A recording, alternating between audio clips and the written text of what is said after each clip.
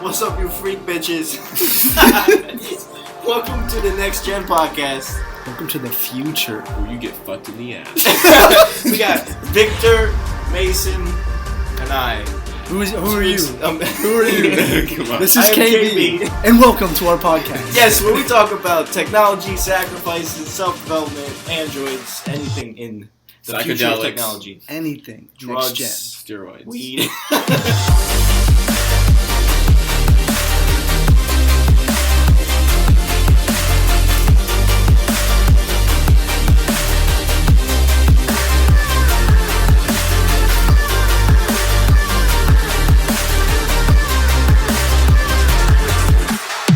Welcome to the show, David. This is the Next Gen podcast.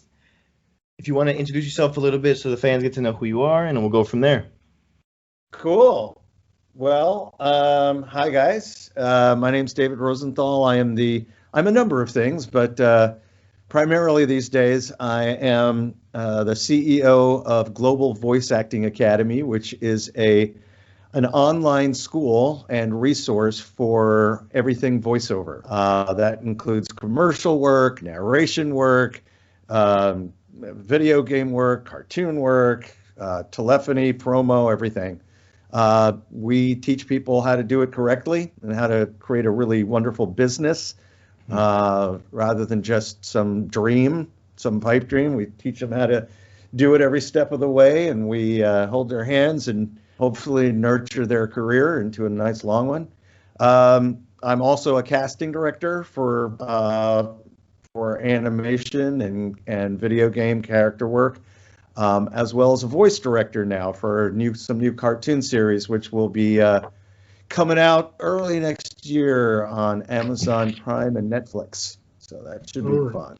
Nice. Well, I didn't know that one about the casting director for character animation and game characters. Because it's funny, I do like another podcast for video game stuff, and it's interesting. I was like, oh, wow. But I want to get into how you all started with this. So what was this a passion you had when you were younger, or something that grew over time? No, I think ever since I was around 13, I always wanted to act. It was a way for me to share in the human condition with other people. You know, I've always been interested in that and wanting to share that experience with other people, and acting seemed just a natural fit. I was always one who enjoyed, experiencing stuff with other people, creating new relationships, friendships, reaching out to people. I was not the shy, retiring type. I was the kind of guy who didn't want to go to sleep because his brain was too active and he was having too much fun.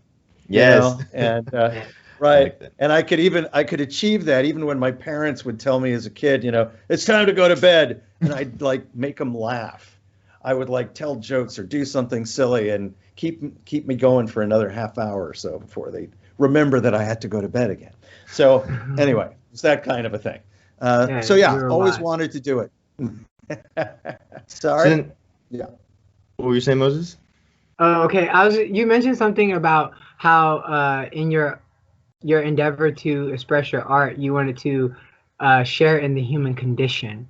How do you think what you do now achieves that aspiration? So I feel that everybody alive on this planet deserves to have their voice be heard. Mm-hmm. And as a matter of fact, this planet would be better if everybody did have their voice heard. This planet needs everyone's voice. Exactly. And there are a number of people who, through no fault of their own, get that voice slapped out of them or slapped down. You may be growing up being a kid, everything's great. You love the world loves you, you're playing, you're having a great time, and all of a sudden something or someone comes along and goes, whack, shut up, stop that. Yeah. Grow up. And, right? And so because you need that person's love, or you need their acknowledgement, or you just need to be safe in an unsafe environment, you do that. You put it away. And that's your birthright. You are giving away your birthright, that right to play, that right to have a voice, that right to really, put your energy and spirit into the world. Well, as a voiceover coach, as a trainer, as a voiceover person myself, and as a casting director and a voice director, I want to make sure that everybody does get heard.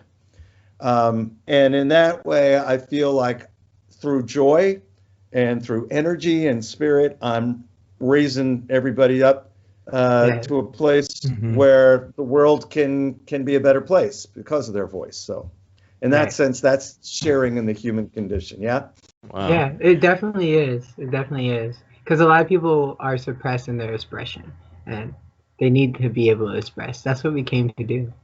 Yeah. Go ahead, I mean, Katie. we're in one way or another, we're born to do that. Right. Mhm. Yeah. We're always going to be doing that. No, I'm curious. Did you have like a moment where you saw that like in front of you and realized that that needed to happen, or you just kind of like over time understood that not everyone's voice has been heard?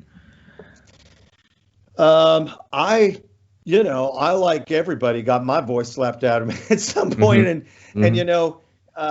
because it's kind of what life does, right? Yeah. I mean, it's what you do with that.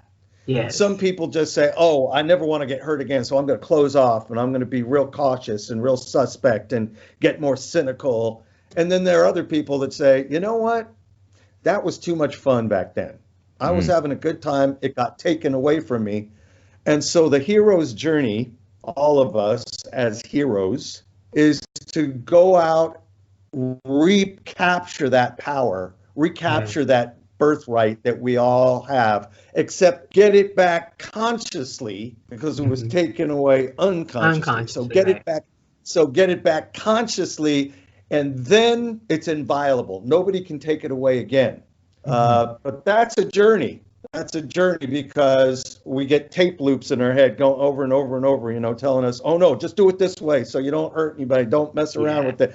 And you have to break free of that in order to take your power back. So, Right. I said. had it happen myself, and when I got it back, I said everybody needs to get it back, and whatever I can do to help that happen, I'm on board. Yeah. No, I love that. And it looks like we got Mason Victor to join us. Yeah. How are you guys doing? Thanks. Hey. We're having technical difficulties. Yeah. Well, Yeah, that reminded me when I used to be a server, and I was talking to a woman about how she used to do art as well. So I personally do art. I'm a painter and sculptor, Cool. graphic Wonderful. designer and photographer.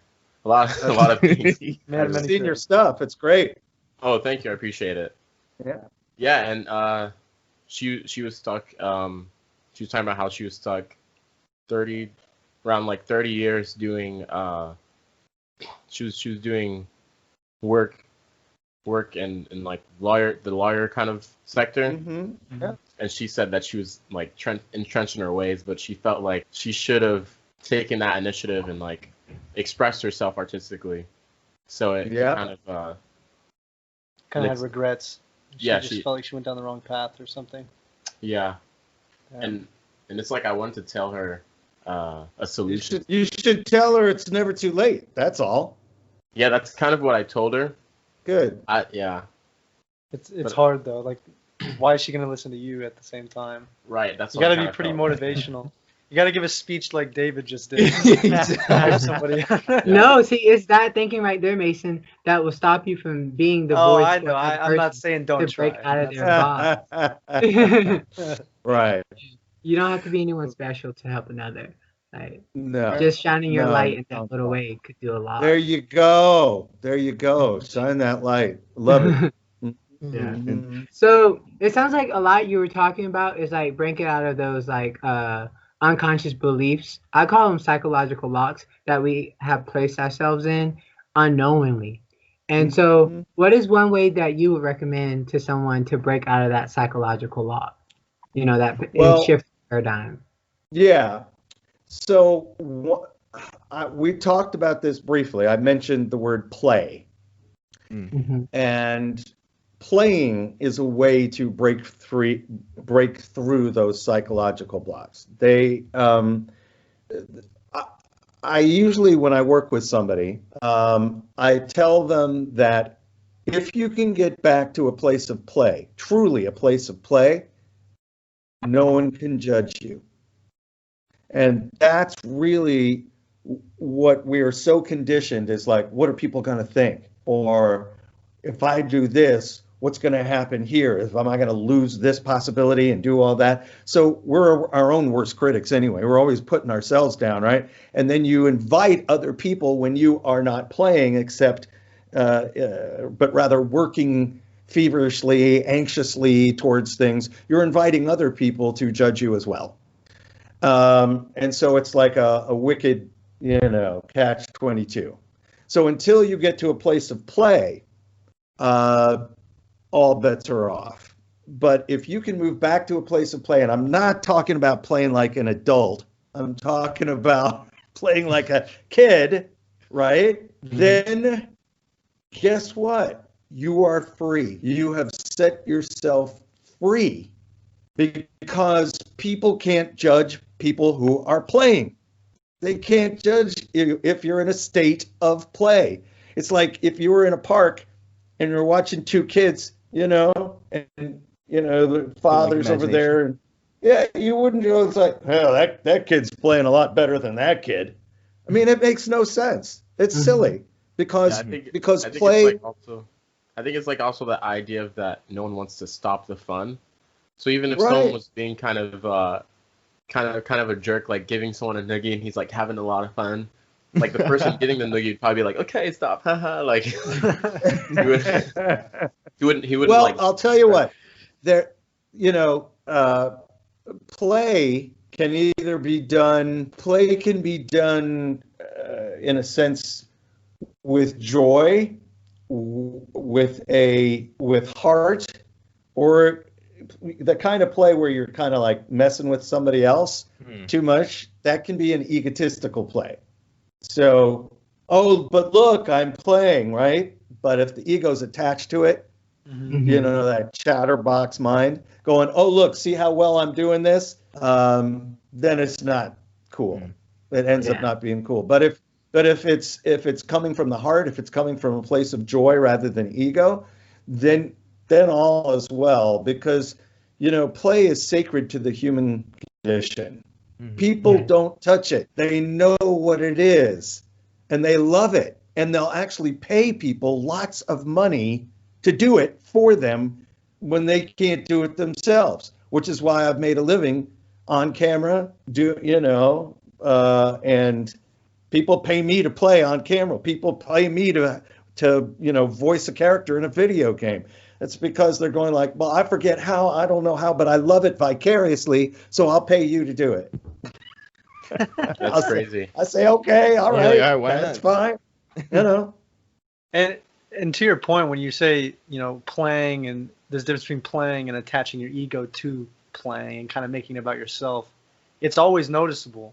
Like if someone is, it's always noticeable. Like if somebody's attaching their ego to it and being kind of just selfish in a way of like, you instantly can tell that they're just being a little off. They're not really enjoying it themselves. They're not really doing it just to have fun. They're doing it because they have some underlying mental reason of why they're doing it. Or they're trying to impress somebody or however. So true, Mason. Cat just opened the door. Here he's playing. Whoops. But, He wants to come in and join the fun. That's all they do. And we can't be mad because they're in their element. That's right. But there's it's essentially being in flow state. He's not around anymore, but there's this guy that he was a Tibetan Buddhist monk, and his name was Choyam Trungpa, and he wrote this book called Spiritual Materialism. And it's when the ego attaches itself to that which is spiritual, going, see what a cool spiritual guy I am. But if it's ego oriented, like Mason, like you were just saying, it reeks. It doesn't feel right. It feels kind of sleazy and seamy. It can make you feel wonderful, But you're right. If you're a perceptive person, you'll go like, I don't believe that. Look, he's just Yeah. it's all about his ego. You know when So, it's genuine but and authentic. yes, exactly.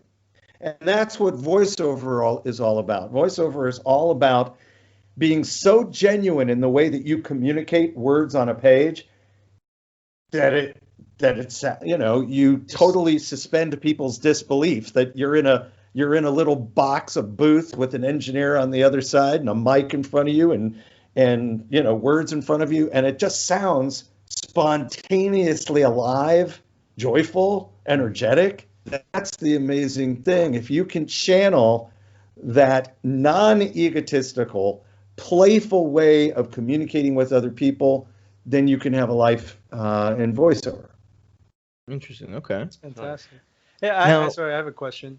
What Please. do you think you had the most fun playing, doing voice acting? Like, was there a specific character you just absolutely loved playing, or you just kind of every day, whatever it was, you just loved it? Yeah, because the nice thing is that there were so many different roles that I played, that I have played, that it was just like being a shapeshifter. It was like, which is fun for me because every day it's like, who the heck am I going to be today? Yeah. Am I gonna be goofy? Am I gonna be evil? Am I gonna be? It's like, Yeah, you don't know. I know. That's I did not have any favorites. Yeah, I mean, playing Robin in a Batman and Robin thing, that was really fun. Playing a couple of characters in a Call of Duty, and that was fun. And Dead Space Ignition, that was good. And then I was back in the old days before you guys were born, I was doing like Armored Core and Siphon Filter, all those guys, and I did some anime, Fantasy Star Universe, and just all sorts of stuff, and it was just different stuff all the time, which is wonderful. And then same on camera, it's like, who am I going to be today? So it was fun. Sounds like a ton of fun. Sounds like yeah. So how did you get started with all that? Did you start taking voice acting classes in high school or college? No. I, as I said, I was in plays from the time I was 13, and then I was went to college, and drama I had a triple major, but one of my majors was drama.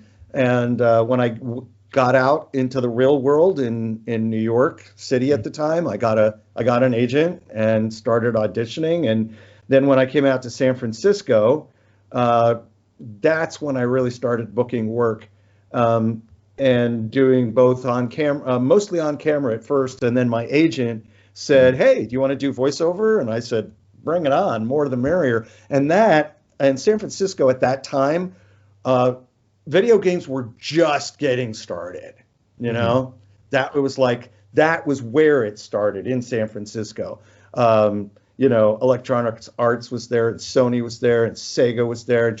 It was just a mecca. And I just happened to be in the right place at the right time. And so I immediately started booking work that way. So I never took any voiceover lessons specifically. It was just that, my lessons were the actual work, the actual video games or the cartoon. That was my practice. Yeah. That's genius, though, because in a way you got paid to learn voice acting. Very much so, Yeah. And it was great because I had some really good directors back then tell me to do this or do that. So, yeah. And now I'm doing the same thing for other people. So that's amazing. Now, what type of obstacles did you face right after college? Was it a job right away, or was it months of winter? Oh, no. I mean, New York just chewed me right up and spit me out. It was tough. It was really tough, and I really didn't have a very healthy relationship to my craft at that time.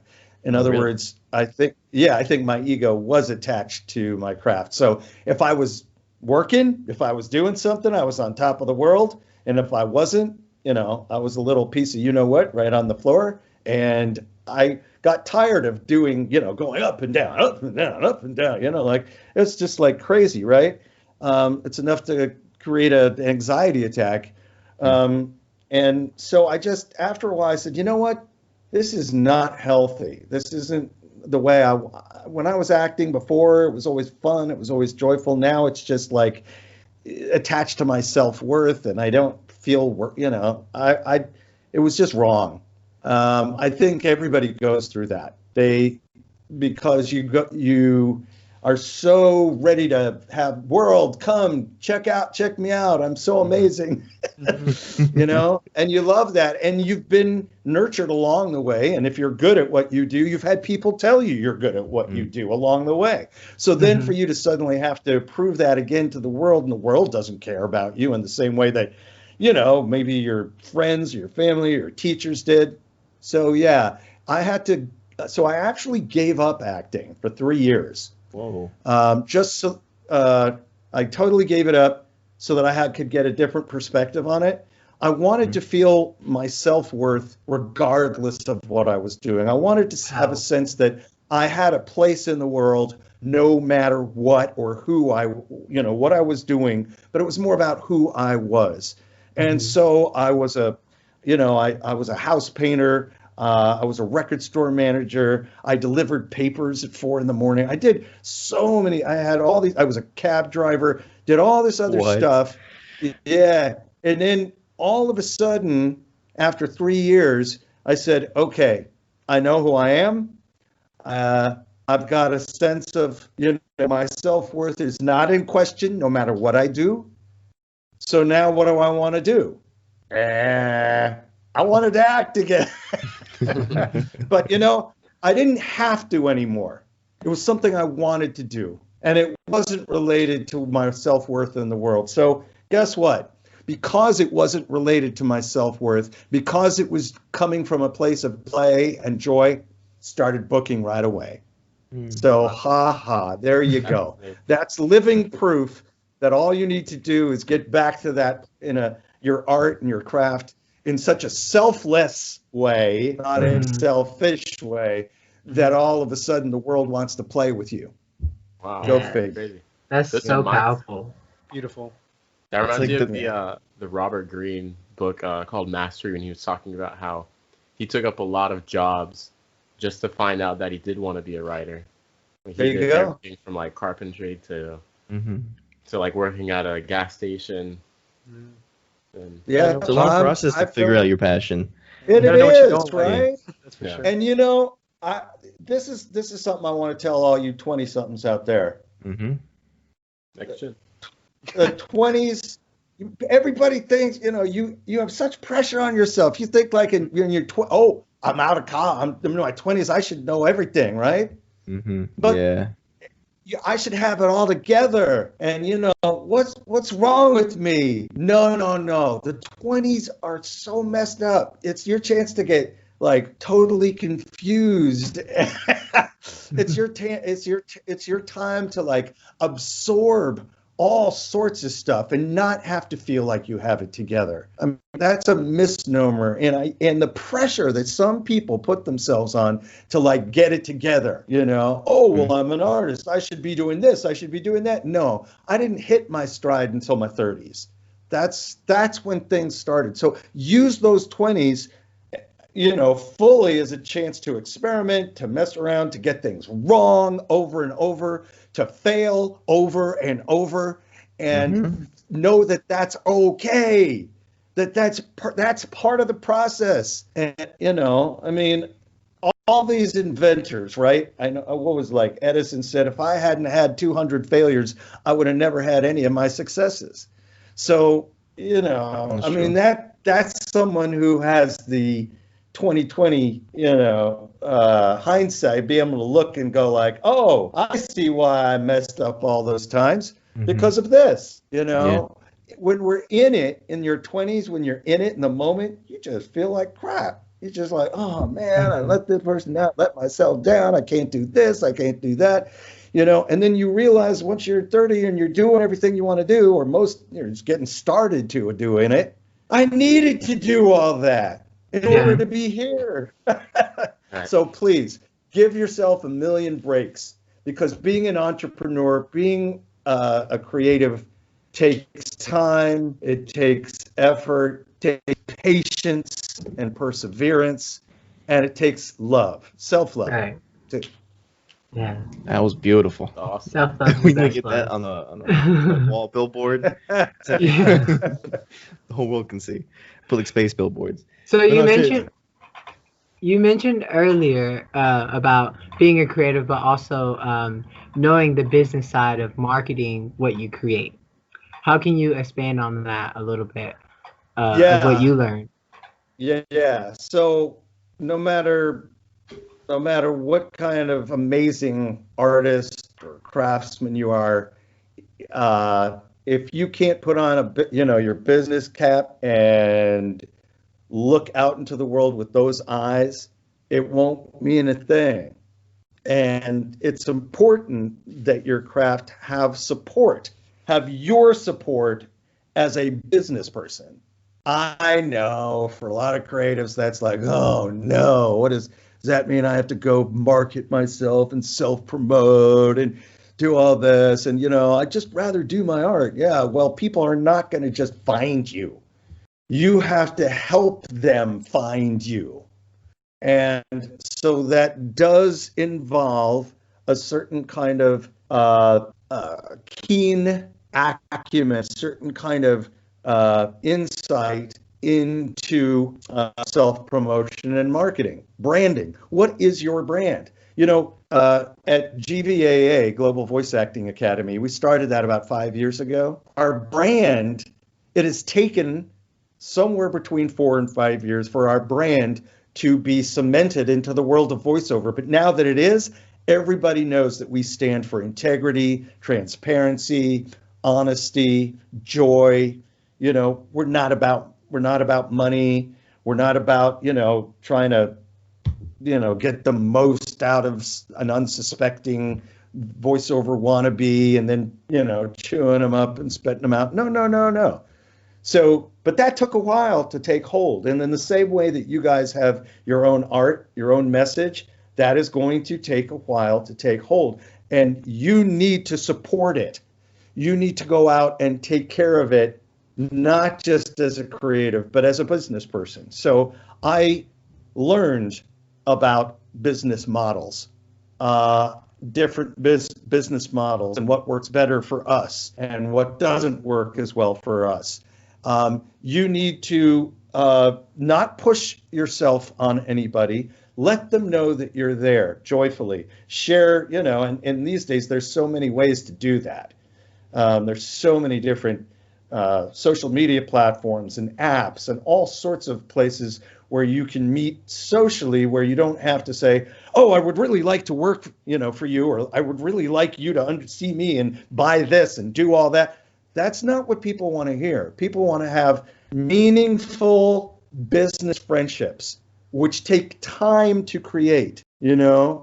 I didn't even let people, sometimes when I'm on LinkedIn, let's say, which is an amazing platform to create business connections and do network, even though not everybody likes it, it's a great place to do it, especially during the pandemic, because all these people who never used to have the time to be on there, they're on there now. So other creatives are on there, like creative directors for, in my case, television shows and radio plays and podcasts and all sorts of things, who used to be like just busy doing their thing. They're on LinkedIn now, and they have their ear out for what's going on. So if you approach them in a really nice way, and what I mean by that is you do some research and see, do I want to know this person? And if I do, what do I know about them? What can I find out about them? Oh, wow, he was involved in that project. I loved that project. I'm going to go out and thank him for being a part of that. I'm going to go and congratulate him. And you've just acknowledged somebody without expecting anything back. That's the whole thing. I don't want you doing it just as some Machiavellian thing. Oh, now he's going to get back to me, and then I'm going to say what I did. No. You go out, you put out the right energy, people will come back to you of their own accord. And that is a bond, Case in point, really quick.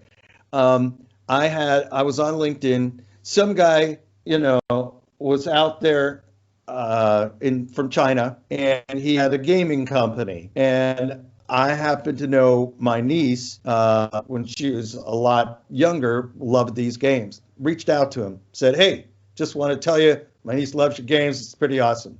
And he looked and he said, wrote back to me and he said, "Oh my God, you cast for games?" I said, "I do."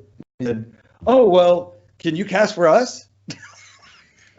Because we're moving. Because he's we're moving into the the U.S. market, and we need people to we can give you China English versions, but we need you to colloquialize the U.S. version, making sure that we need you to do that. We need you to cast American English actors to do these parts. And I'm going, great, I got you covered. We've been working together now. In this guy from Chengdu, China, and myself have been working together for 5 years, and he and his wife, just before the pandemic hit, back in November of last year, came out because they wanted to visit Disneyland, and they stayed with us. And all of us, and he brought this really intense Chinese liquor.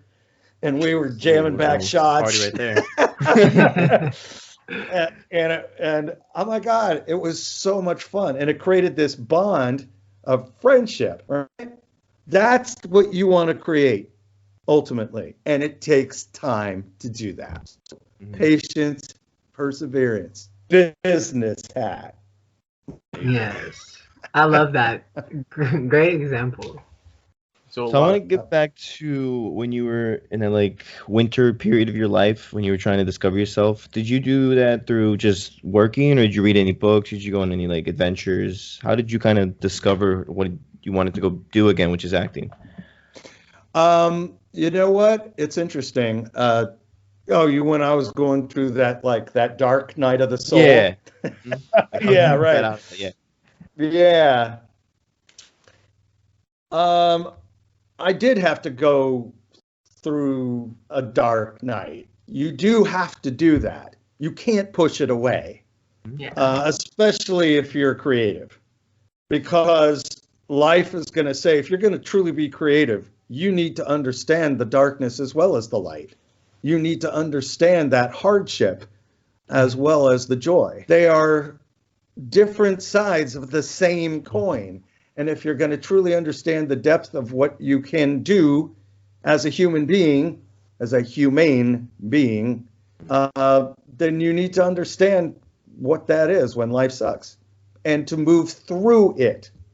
I always called that time my harsh teacher. It was teaching me a lesson in a very harsh way. It was not fun. It was not comfortable. But I found at the depths of my despair, and I did kind of have a mini breakdown. It was just who am I without acting? Who am I without a girlfriend? I didn't have any, it was just it was just me alone for a long period of time, over a year, just going through that kind of dark spell. And luckily, I seeked out some therapy, and I found an awesome person who I jammed with. And therapy should really be a jam session, frankly. No, honestly, I believe that. Yeah. Yeah. Okay. Right. That's the best kind of therapy there is. When you're giving to them, they're giving back to you, and you get and it's just wow, you're helping. They're helping guide you, but at the same time, you're guiding yourself. You're aware. That means that you're aware enough about your condition that you're okay to keep moving along, and you've got somebody helping you and bopping with you and playing it through, not having to get too intense. Anyway, my point being that I did have to move through it. And once I had found that inviolable self again, I knew that there was so much creativity in the world that I was bringing my creative self to the house painting that I was doing, to the record store manager that I was, to the cab driver that I was. I was constantly trying to buoy people's spirits, send them off into a nice day, crack a joke, do something where they're going, you know what? In this world, you are such a nice person. I needed a smile today and you gave it to me. Or, usually, checkout registers, they're just like, yes, thank you very much. And you like struck up a conversation with me, or, all these kind of just basic things. I was just finding my way back to my worth as a human being, just with other human beings and whatever line of work I was doing. Just remain true to that thing, that kind of the glue that keeps us all together rather than ripping us apart like we have going right now. Oh God, we've been through the ringer, I'll tell you. Goodbye, 2020. Oh hell yeah. Oh, man. No, but I love what you said, because it's true about actually being kind and caring about people, that it actually rewards you with. Because honestly, for me, I've always done everything from a genuine, actual, like, caring. I want people to have a good time. I want people to have a great experience. So, like, as a server, as a host, all I did was just continue to, like, give out that want of everybody to have a good time. And so at the end of the day, I've always been rewarded for the kind of, like, good or kind things that ever happened to me. I feel like there have been people who've done things for me, and I'm like, oh, wow, I didn't think you would do that. But because of my good effort, they've also given it back. And I never really expected anything in return. I was just doing it because I just wanted to have a good day. I wanted you guys to have a good day. So I love what you said about that. Yeah. And Kevin, if you had done it with the expectation of getting something back, it would have not been genuine. Nope. Right? And I probably would have been, like, let down. Probably. Right. Yeah. Exactly, because of that expectation. And it's only when you give freely, and sometimes that smile on their face, that is what you get back, right? That's it, just a smile, and that's enough. Yeah, honestly, it really is. It's the best. The smile is like the best. Yeah, isn't it? Isn't it? Right. That smile, man. People smiling at each other. I tell you, it is. It's the most direct line from soul to soul. It just is wonderful.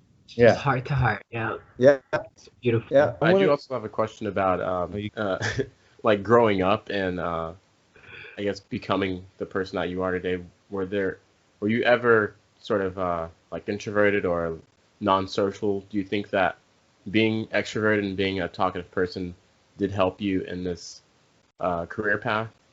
It did. It did. I was always I was very, very fortunate. I was encouraged by my parents.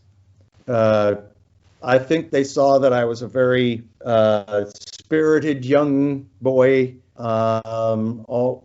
excited to be in the world, eager and wanting to share, funny, silly, all that stuff. And they encouraged that. They did not say, shut up, stop that, until much later. So I had a really good run. I had a really good long run before all that stuff happened. And it wasn't even them so much as it was other stuff that happened in New York and life and expectations and all that stuff. So, I stayed a playful kid for much longer than most people do. But it came up and bit me in the ass, and I had to deal with it, as we all do. But yes, I think that eagerly wanting to be in the world, of the world and in the world did help me with my career. I have introverted moments. Part of what I do is, as you can see, I'm just kind of like, I got a lot of energy and I like to give it out to people and share it with people. But at the end of an 8 or 9 hour day, all I want to do is, be quiet, watch, chill out, watch some TV, or read a book or just check my phone or whatever and just be quiet. Mm-hmm. Because anybody who's a creative and is putting out needs to replenish, needs to have time where they can, and I consider it like a fallowing time, right? That word fallowing, where you have like you're tending to a garden and the garden is growing up and it's doing all sorts of wild stuff and it's, bearing tons of fruit and vegetables and plants. But after all that, in order to get the new crop, you got to like take everything away and let it like cool out for a while before you bring it up again. And that's really healthy for anybody out there. Don't get so hooked into your line of work or craft or anything that's all you do, because you never want to get to a place where you're doing it so much that you stop liking it or loving it. You burn yourself out. Oh, you bet. Now, when you were talking about going to therapy, did you ever have a moment where you felt like you shouldn't go? You know how they have that stigma where it's like, oh, you're going to mental therapy. No, there are some people who think, oh, it's interesting because of my relationship to the world from a very early age, where I felt like the world was my friend for the most part, then therapy made a lot of sense, because it was like, oh, part of the world needs to help me get back on track. And right now it's in the form of this person. But I didn't have a problem with that. Now, there are other people out there that said, no, you got to figure this all out yourself, or you're cheating, I mean, frankly, I think that's a lot of bull. This whole kind of like, you do it by, you pull yourself up by the bootstraps and you do it all by yourself. Otherwise it's, you're not a real man. You're not real, that's just, I'm sorry. That's just a lot of crap, and it doesn't hold water with me at all.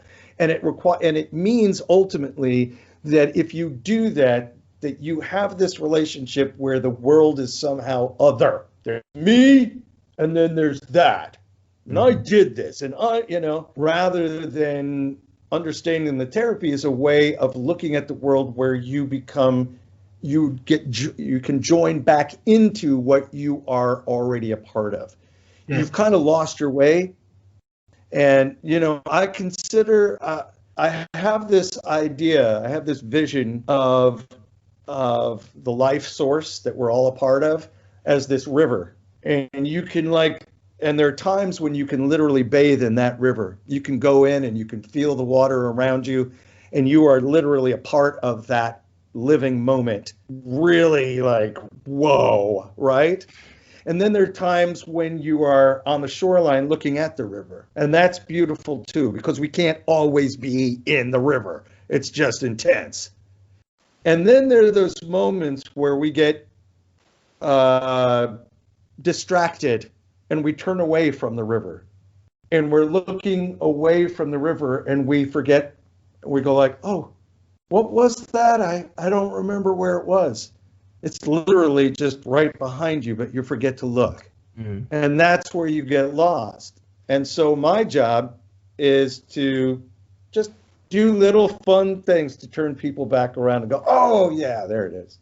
So in that sense, therapy is kind of like that, right? Just getting enough of the world to turn yourself back around so you can see for yourself. Oh yeah, I am part of all this. Let's play. Enjoy this life we have. It's the only one you get. Really. Yeah. Hallelujah. Exactly. You betcha. Meditation. Right. Have you ever done meditation? Oh yeah, done it all. Been there, done that. I feel like there's a certain point at which, if you are in that wonderful place of play long enough, that's a constant meditation. Yeah, life becomes a constant one. Yeah. Yes, it does. Yes, it does. Indeed. Now, when you started out your first, the business, the Voice Actor Academy, did you deal with any legal obstacles that you didn't know about until you started the business? I didn't. It didn't take that much. If you're a S corp or an LLC, you have to make that decision. What makes the most sense for your business? But once that was done, we were kind of on our way and we were doing our own thing. You can play in the business world in your own way if you want to. We have such a warped idea of what that business world is as being ruthless, as being litigious, as being, stern and me versus them and dog eat dog and who do I have to walk over or not. Doesn't have to be that way. As a matter of fact, there are other schools, voiceover schools in the United States, who very much have that money in mind as the final goal. And while GVA wants to stay afloat, it's not our final goal. Our final goal is to bring joy, is to give as much authentic, honest information that people can use to further their own business, voiceover businesses, to be very clear, transparent, have a lot of integrity. And, no, we're never going to be millionaires doing that, but we're going to be fine. And we're going to play our game. We're going to play by our rules, not by the business world's rules, So as long as you're a legal entity, you can kind of, just do it the way you want to do it. That's what I would say. Okay. And then what else would you say to anybody who wants to start their own business, like things that they just didn't know until they've done it, or like mistakes you've overcame that you've dealt with while running your business? Right. So as a business person, there are some things that you're going to want to do. First of all, if you get to a place where you are making some money, you want to be sure that you are legally taken care of, so that nobody can sue you. That, if anything ever happened, that they could sue a company, but they couldn't sue you. They couldn't take away all, everything that you created for yourself. You want to get a good accountant who, if you do not have the brain or the mind or the time to do all that yourself, hire a good accountant, hire a good CPA, somebody to do taxes after a while. All these things will help you spend time doing what you're best at, which is creating more energy, more art, more craft, more relationship, more all that stuff. It's worth it. When you come from that starving actor mode, it's really hard to want to put out anything, to put out money. But I will tell you that if you want to become truly professional at what you do, you need to put the best professional sheen on your business so that when people test it, look at it, kick the tires, when they come and they push this button or that button, everything says complete professional. And that does involve investing money into your business. Sometimes more than you think possible or more than you're used to. But by doing that, you will have other people who may want to entertain working with you. You will put their mind at ease because they will see your website, they will hear this, they will look at that and see a true professional, and that puts their mind at ease. They'll go like, oh, well, if he or she put this much time and energy into their business, I know they're going to do good by mine. But if I see somebody trying to like scrimp and shortcut here and shortcut there, conversely, I'm going, well, if they think that little of their own business, how can they think much more of mine? So it really, think about the message, think about the look of your business, the branding of your business, as it was literally you that you're selling. You are the product. And how would you want that to look? How would you want that to feel? Okay? Yeah, that reminds me of like branding itself. I think branding is important. And I think you also need to have like the back end to literally back up how you're, being perceived or how you want people to perceive you as. You definitely do. Yeah, branding is so important these days, right? People want to align themselves with that which gives them joy, which makes them feel better or make life easier or whatever it is. And if you can be that to someone, which all of you can, I can tell you all have amazing spirits and everything, but be honest, be truthful to what you are, and really be clear you're going to speak that out into the world. I'm curious, so how did you do the branding for the Voiceover Academy at the beginning? Did you just start like calling people, getting clients? Like how was that journey? Well,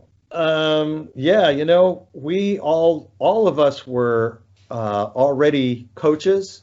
We were also already voice actors. We had relationships in the voiceover world, and we just said, "Hey, guess what? Over here, this is what we're doing now." And we knew how to work social media, which is really, really important. We knew how to get other people excited about what we were doing. And then, when it came time to put our website together, we had about 3 or 4 of us think about color, think about font, think about the vision of what we wanted people to see when we came there. These days, if you got a website, you better have an explainer video, and it better be friendly and fun, so so that people can hear and see who you are. It's interactive. You automatically get a sense. It's not just this static site. It's something that people like. Oh wow, look. Oh, that's what they're. Oh, this is really cool. Oh, I like that guy's voice. And then we had a logo that we created too, and it was a fun little, blue and gold globe. That's so that cool. that you could unwrap or rewrap, and it had a lot of possibilities. And so it was a group effort in terms of what we want to put out there and what's going to stick. We originally had one logo, and it just felt too academy-ish, even though we are an academy. It just felt too academic. Yeah. Right. And so what we have now is much more whimsical, much more fun. It just represents more of who we are. Right. Yeah, I know. Whenever I go to, I love websites. I love what people can do with websites and how to make them more interactive and crazy. Additions or little games they can even add on the home site, or different ways of scrolling down the page. I like to. You bet. Easter eggs. Yeah, Easter eggs and websites. Can you imagine all the creative websites that are out there? Yeah. It's a way to express yourself and your brand. Yeah. You bet it is. You bet. But there is a lot to unlearning. What's going to actually attract the customer. If it's easy to get to the pay button, or if it's too many steps, they have too many clicks, you're just gonna go to the next website. You're like, it's taking too long. Stuff like that. You really got to focus. Right. Yeah, you bet. Yeah, get the message. Get the message.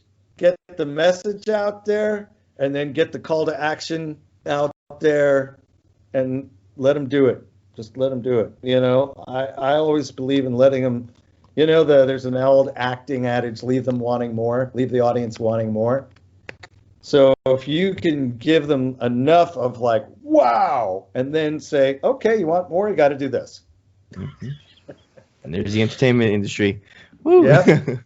I think even a website could be similar to a storefront as well.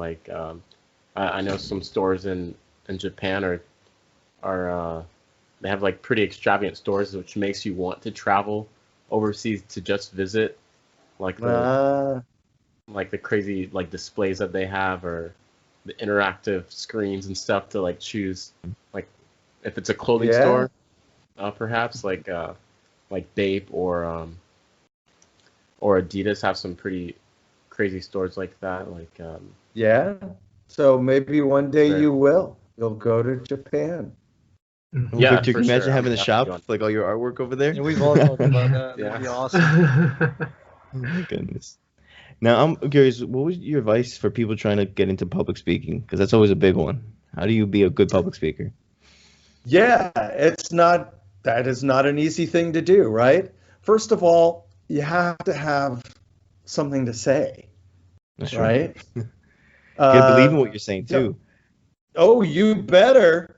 That's what I mean, kind of. Yeah. That's what I mean, that on some level, you do have that awareness about what you want to say, how I want to say it to the world, and not to be afraid to be in your own body, and let your body do the talking, let your face do the talking, and let your voice be clear and you have to move past that sense of people judging you again, right? You have to get to a place where you are compelled to want to talk, to want to share something with another person. It's so important for me to get this across to you. There's an excitement about that. And people can feel it on the other end.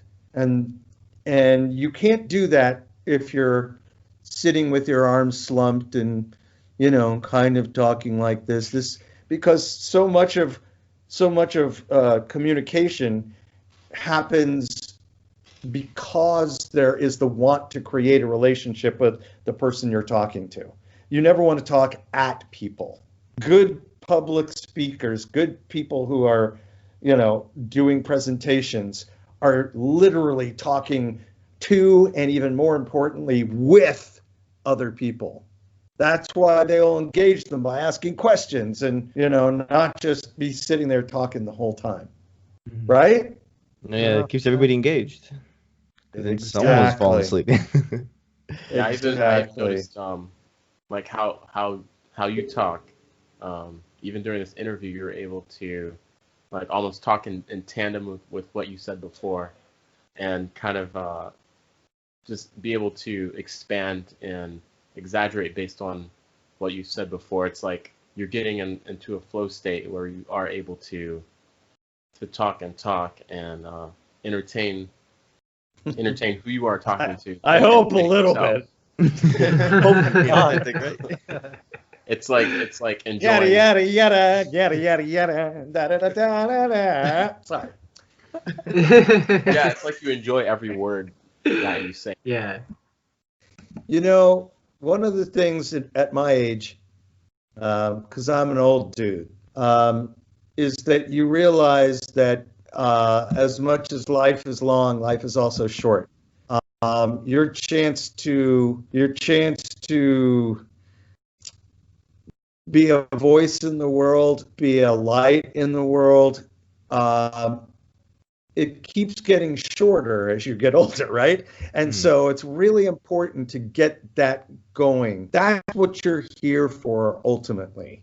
You're not here just to how much money I made. You're not there just to show, oh, look at the material things that I created.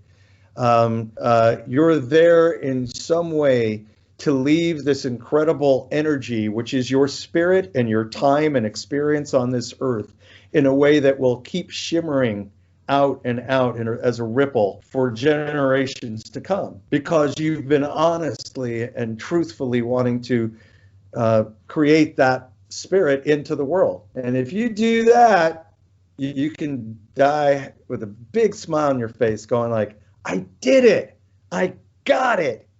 And there's nothing like that, right? Yeah, well, that's the best way to go out, right? Yeah, you left something someone can build upon. Yes. And in that sense, we're all connected. Mm-hmm. We're all connected, and we're going to continue to stay connected regardless of birth and death and all that stuff. Yeah. There will be that through line that people will feel, and nothing like it. Woohoo! I agree 100%.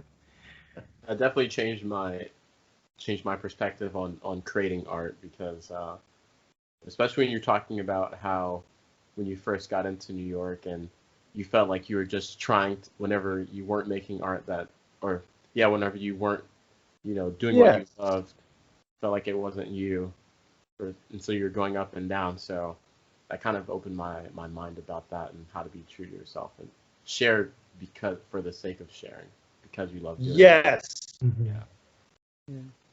Look at that, changing lives. I'm resonating with the fact that, I get caught up a lot in what I'm doing and furthering what I'm doing, and like I think really far ahead a lot. So I kind of get caught up in that, and I don't always think about, why am I doing this? I enjoy it so much, but right now I'm not really enjoying it as much. Why is that? And like questioning that and bringing that up to myself more often. I feel like you've said, playing, enjoy while you're playing. So I love playing with robots and building things Yes. and like doing all that. Yes. So I don't know. Sometimes I get caught up in it. So it's nice to hear that, you know, a little slap back to reality, you know. So I appreciate it. You know what? If we're always projecting out too far out, we forget about the here and now. Mm-hmm. The here and now is what really needs our attention. Mhm. And part of that here and now is understanding where you are in the present moment to be able to project out to a future moment, Mm-hmm. right? But if you get stuck out in that future moment, you're lost. Agreed. Right. Agreed. Okay. So, what would you recommend then when you feel like you have too much going on? Like you want to run in all these directions, you're motivated to run in all these directions, but it's kind of tiring, like to run in all Yeah. directions at once, obviously. So, yes, you can, you know, narrow your focus to certain things at certain times, but I don't know. Sometimes it's not always as fulfilling because then you're like, oh well, I'm not spending as much time doing that, and I wish I was doing that now, and then you jump over there and you're like, you kind of want to do this over here now, you know? Right. So you're kind I of constantly totally like time agree. sharing. Anybody, yeah, exactly. And, you know, what I would do is I would take a moment and say, I have all these things that I love giving my time and my energy to. Mm-hmm. But I need, at this moment in time, to prioritize. I need, at this moment in time, to give my whole spirit, all my heart, all my energy, all my wit and intelligence to not 5 of those things, but 2. Okay. And how much energy can I give to those 2? Now, that's today, and maybe it's for the next week. But then I need to apportion my time to make sure that those other 3 things that I love, you know, are not forgotten about and are nurtured too. So Mhm. I would say at this point, instead of kind of go scattershot about like, you know, because I think most creatives are just at least a little bit, you know, ADD, right? And it's just Yeah, no, it's it's the true. No, way- that explains me. right. Yep. Hmm. There you go. Absolutely. Right. And I think, and there's nothing wrong with that. The thing is you need to set it down on a piece of paper or set it down on your screen, you know, on your whatever computer device or whatever. You need to set it down so you say, oh, okay, I'm doing this. Hmm. Agreed. And any good AD&D'er knows that if you set your mind to something, you can like really move into Yep. it for Super a while. focus. before Yeah. Super flow. Yeah, before you're off Yeah. to the next thing, right? Right. So give yourself some kind of timeline. Give yourself some kind of focus that most creatives just don't. They're bopping here, and then all of a sudden they're, oh, look, squirrel, and they're like, oh, I got to go over. You know, Distraction. it's that kind Yeah. of a thing, right? Or a Yeah. YouTube video. Exactly. Yeah, and There I, you I go, tend and to, you're off. So I tend to make a lot of like lists or try to routine my day. And I don't know about you. So how do you go about scheduling your day, or do you have a daily routine? Oh my or you kinda God, just- my schedule is my schedule is so jam packed at this point. I mean, you know, it's so jam packed that I have to limit how much I coach every day, and because I would look at my next week's schedule and oh my gosh, it's totally filled up. When do I breathe?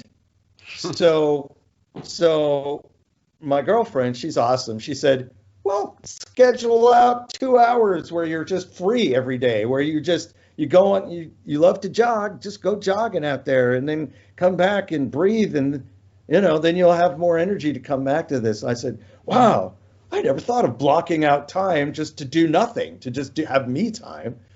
That's actually pretty key, yeah.